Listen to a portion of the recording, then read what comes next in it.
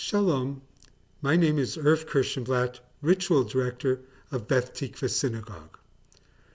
I'm sure if you are watching this video, you share the sentiment that we miss synagogue life. It's the community, the people, the prayers, services, and more.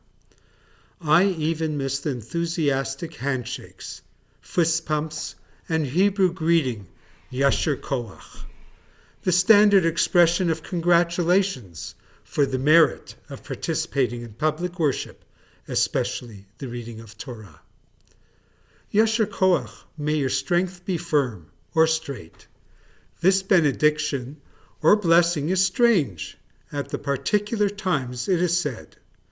Do we really care or believe that a person's strength has been diminished by coming to a lectern, a table, or by saying a few blessings? Similar to this saying are the words Hazak, Hazak, v'nit chazek. We learn from medieval descriptors that the original practice at the time was to wish each participant in the Torah reading Hazak, Hazak at the end of his aliyah. The reason was quite practical. The Torah used to be read while it was standing upright, with its text visible to the congregation. The reader physically supported the Torah by holding the posts. Sephardic Torah scrolls usually have a standalone housing, specially made for that purpose.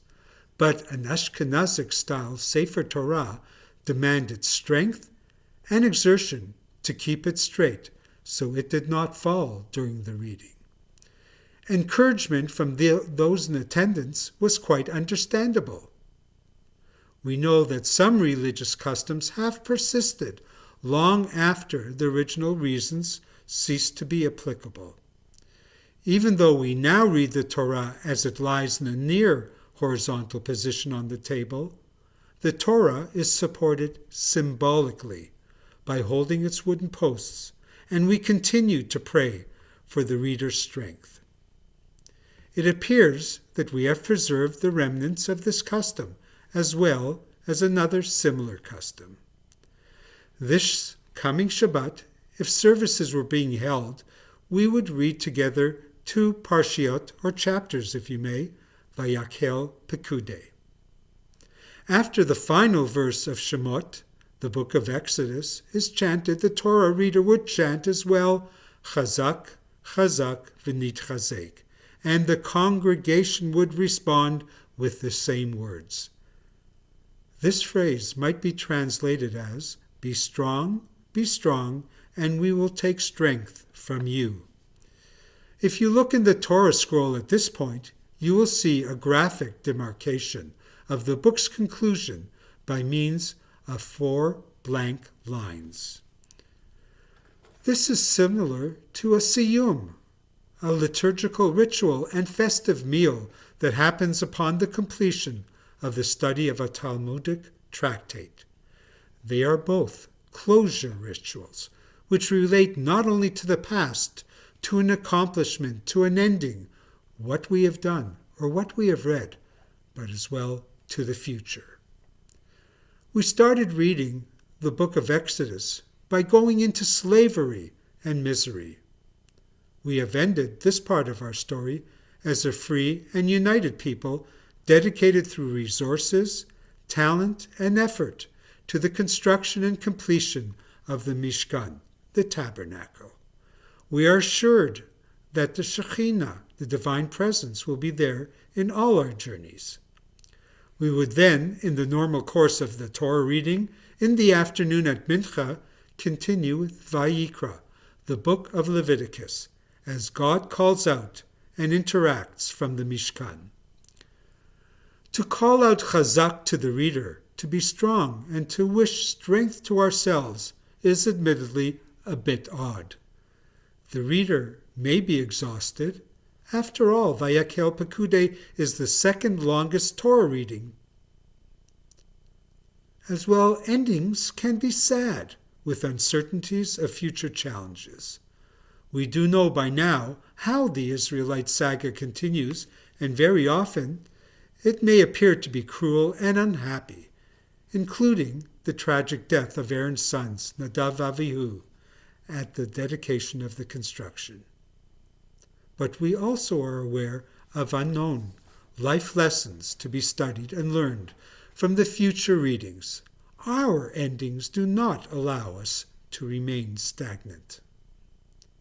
Torah reading is a demanding and very exacting task, and it can be exhausting, especially when the second longest Torah reading follows on the heels of at least 2 halachic readings of Megillat Esther on Purim just passed. The reader does need strength to continue reading. Indeed, we all need strength to face and navigate the stories to follow, whether biblical or personal. It is the reader's job to inspire, to teach, and to strengthen through the chanting. It takes time, and it does take energy. It is our job to make them strong through support and encouragement, and even material assistance, sometimes financial, so that we can all have the opportunity to be strengthened through the chanting and the scriptural words. We as a people are very aware of the fact that sometimes you just need to go. You have to leave wherever you are for your own sake.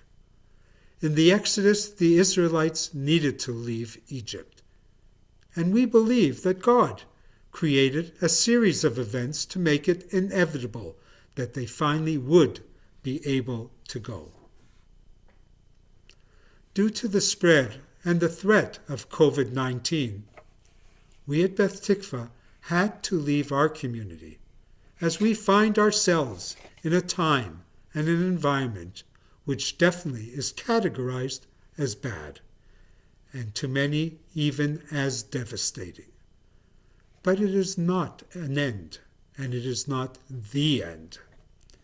It is with certainty that we will move again to a better period of hope and promise.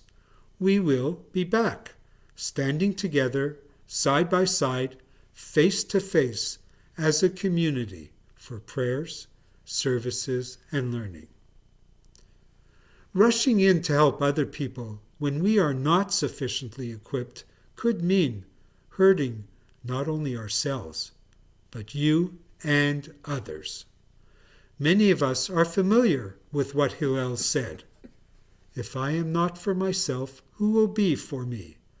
I have the responsibility to take care of myself. It's not anyone else's responsibility to do so. It's mine. Rabbi Akiva taught the concept in a bit of a different way. If there is a conflict between your life and the life of another, your life takes precedent over his life. Rabbi Akiva based his ruling on the text of Leviticus chapter 25, verse 36, which some translate as, that your brother may live with you. If you are not well, if you are not alive, then certainly you cannot take care of your brother, and we cannot be together. Friends, this Shabbat we will not, as a community, stand together and hear the Torah reading and the benedictions Yasher Koah and Hazak, Hazak, V'nit Chazek. But I do still wish that your strength be firm. I wish you Shabbat Shalom u'mevorach.